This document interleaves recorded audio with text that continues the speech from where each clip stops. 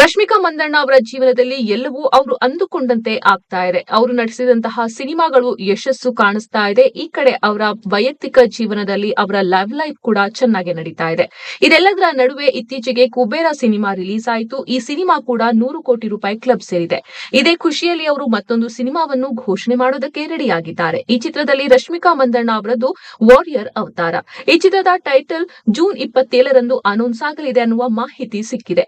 ರಶ್ಮಿಕಾ ಮಂದಣ್ಣ ಈವರೆಗೆ ಮಾಡಿದ ಬಹುತೇಕ ಚಿತ್ರಗಳಲ್ಲಿ ನಾಯಕಿಯಾಗಿ ಕಾಣಿಸಿಕೊಂಡಿದ್ದಾರೆ. ಅವರಿಗೆ ಮನಸುತ್ತುವ ಪಾತ್ರ ಸಿಕ್ಕಿದ್ದೇ ಹೆಚ್ಚು. ಈಗ ಅವರಿಗೆ ಮಹಿಳಾ ಪ್ರಧಾನ ಸಿನಿಮಾ ಸಿಕ್ಕಿದೆ ಅಂತ ಹೇಳಲಾಗ್ತಾ ಇದೆ.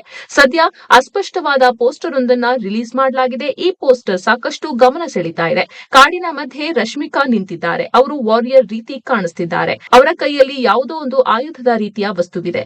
ಬೇಟೆಗೊಳಗಾಗಿ ಗಾಯಗೊಂಡರೂ ಅಚಲವಾಗಿ ನಿಂತಿದ್ದಾಳೆ ಎನ್ನುವ ಅರ್ಥ ಬರುವ ರೀತಿಯಲ್ಲಿ ಪೋಸ್ಟರ್ ಮೇಲೆ ಬರೆಯಲಾಗಿದೆ. ಈ ಸಿನಿಮಾದ ಪೋಸ್ಟರ್ ಹಾಗೂ ಟೈಟಲ್ ಜೂನ್ 27ರ ಮುಂಜಾನೆ 10:08ಕ್ಕೆ ರಿಲೀಸ್ ಆಗಲಿದೆ.